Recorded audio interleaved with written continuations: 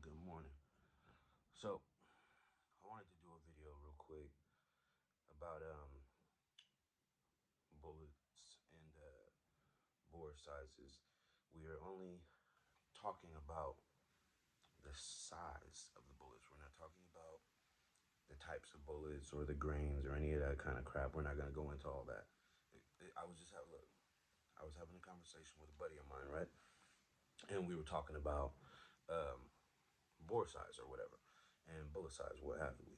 Um, he was telling me about his 9 millimeter and everything else, and I was telling him, yeah, well, I own a nine as well, but for me, for home defense or even for self protection, I don't know if you may have a CCW or anything like that, but for me personally, I'd rather have a bigger bore than a 9 millimeter, and so I have the three bullets here that we're going to talk about today, or the three bore sizes here that we're going to talk about today.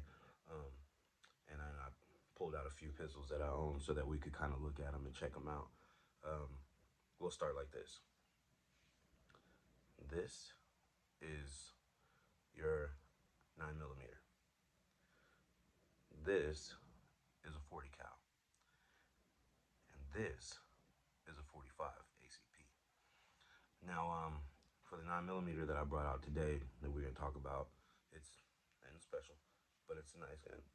This is a Smith and Wesson SD9 9 millimeter. All right. This is a Glock 23 40 cal. Also, beautiful gun. I love this gun. As a matter of fact, I've owned, owned quite a few of these. I like these. Um, but this is my baby. This is my Glock 30 SF. Love this thing. 45 ACP. Um, the bullets that we're talking about today, this 9 millimeter is a Remington 115, 115 grain. Like I said, we're not gonna go into all that, but I'm just gonna let you know what they are. This is a 40 cal Winchester, 180 grain, I believe. Yes, 180 grain. And then this, that's a badass bullet actually. That's a Hornady American Gunner, 186 grain. Badass bullet. But what we were talking about is, in a home defense situation, what should you have? And so he has a 9 millimeter, and like I told him, I said, well, look at that, bud. You know, that's a little bitty ass bullet. Myself, I would rather be protecting myself and my family with one of these two, preferably this one in a home defense situation. This is a really nice one. You can use this for all types of things. Has way more knockdown power than that little bitty thing right there. Way more knockdown power. But if you want to send a fucking message when somebody's trying to come into your home, that's what you're gonna use. You know what I mean? That's what you're gonna use. You're gonna bust their ass one time with that. Shit, you ain't even gotta bust their ass. They just hear that blast off. And they either gonna leave or maybe they might need to feel one, but if they have to feel one, then trust me, they ain't gonna never come back. And whoever's with them gonna take the hell off too. So my point in general is, if you're gonna go with something that's possibly gonna, be a situation, or if you have a situation where it's possibly gonna be some damage being done or somebody may get hurt, do you want to be protecting yourself with something like this? Or would you rather be coming with something like that or that? Me, myself, I'm gonna pick the bigger two. Um, the reason why I like the 40 cal is because obviously it's a little bit bigger than a 9 millimeter, so it's kind of like a 9 millimeter, but with a big bang, and it's got a lot more knockdown power. It's got some hard hitting fluids to it. I mean, the only thing better than that 40 would be a 10 millimeter, which is basically a 40 cal with a whole lot more speed and bang to it, you know. So I would go with that. The 45 is a heavier bullet. It's not going to be as useful in a long range situation because, your bullet's gonna drop after so long, so far, or whatever. However, close quarters, someone's coming in your home, you need to get rid of them real quick, get them out of your house, or you need to defend yourself and actually euthanize the problem. That's gonna be your best bet. So that's why I'm you know, taking quite partial to it. I used to not like 45s at all. I used to think that the 40 cal was the best gun that I've ever had, and I stand by my Glock 23s. Don't you ever think that I don't? I do for sure. But once I bought the Glock 30 SF, and I also own a XD 45. But once I bought the Glock 30 SF, I just knew off top that this was gonna be the one that we're gonna be using for home defense, or if I need to carry for any kind of reason, whether I'm out in the wild and I need a sidearm or something like that.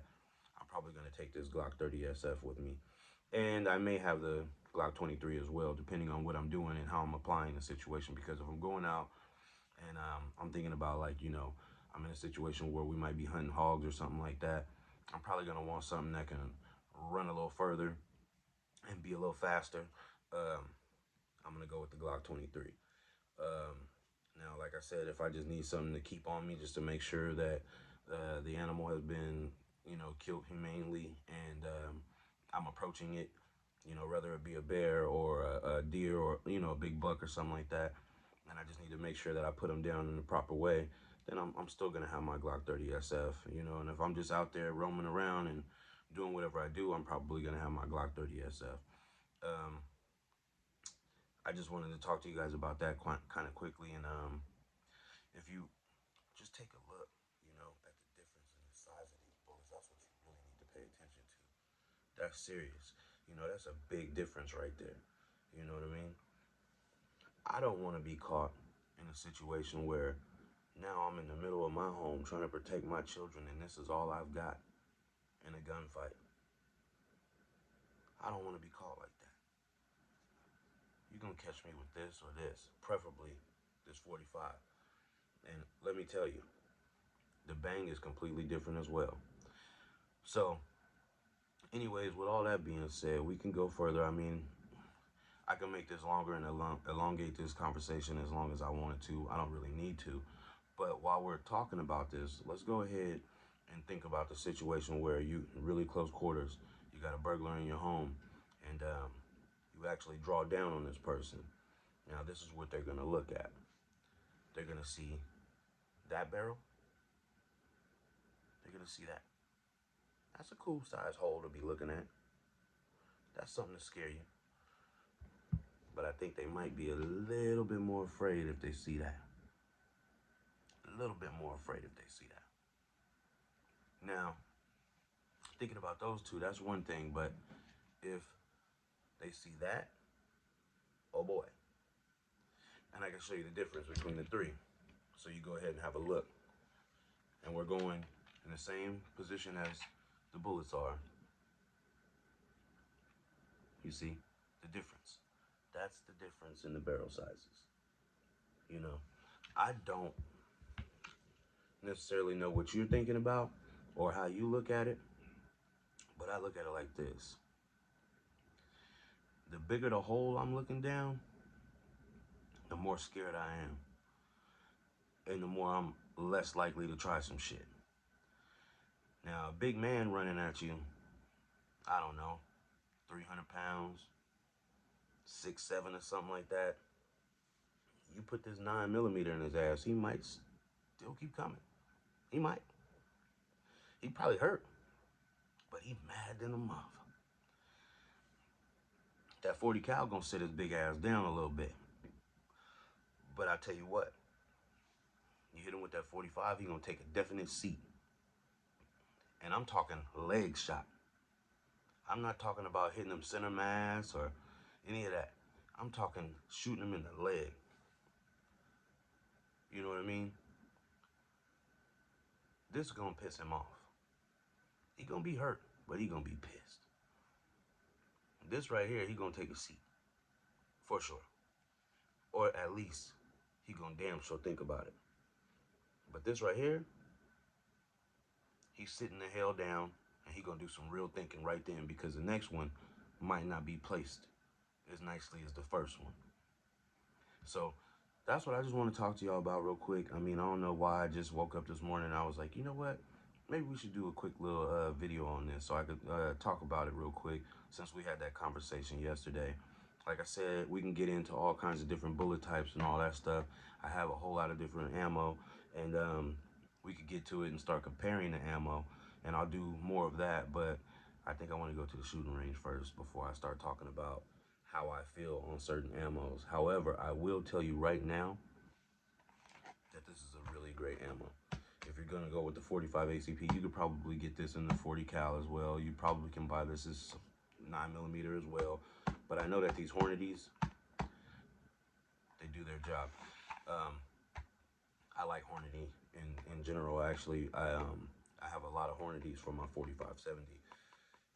Hornady, they make great ammo. They do, and I'll stand by them. Winchesters, old school. They've been making ammo for years, so it's pretty reliable. But these casings, they get your gun pretty damn dirty, so you gotta watch that. The steel casings, they get dirty. Remington, also old school, been around for years, very dependable. Um, This is just not my favorite stuff. Like I said, I don't know what it is about these Hornadies, but I never have a problem with any firearm that I have when I run Hornady rounds through it. I just don't understand. I don't know. I don't know what it is about them. But I just wanted to touch bases on that. I'm just enjoying my Sunday today. I hope you're doing the same thing. Swamp Daddy.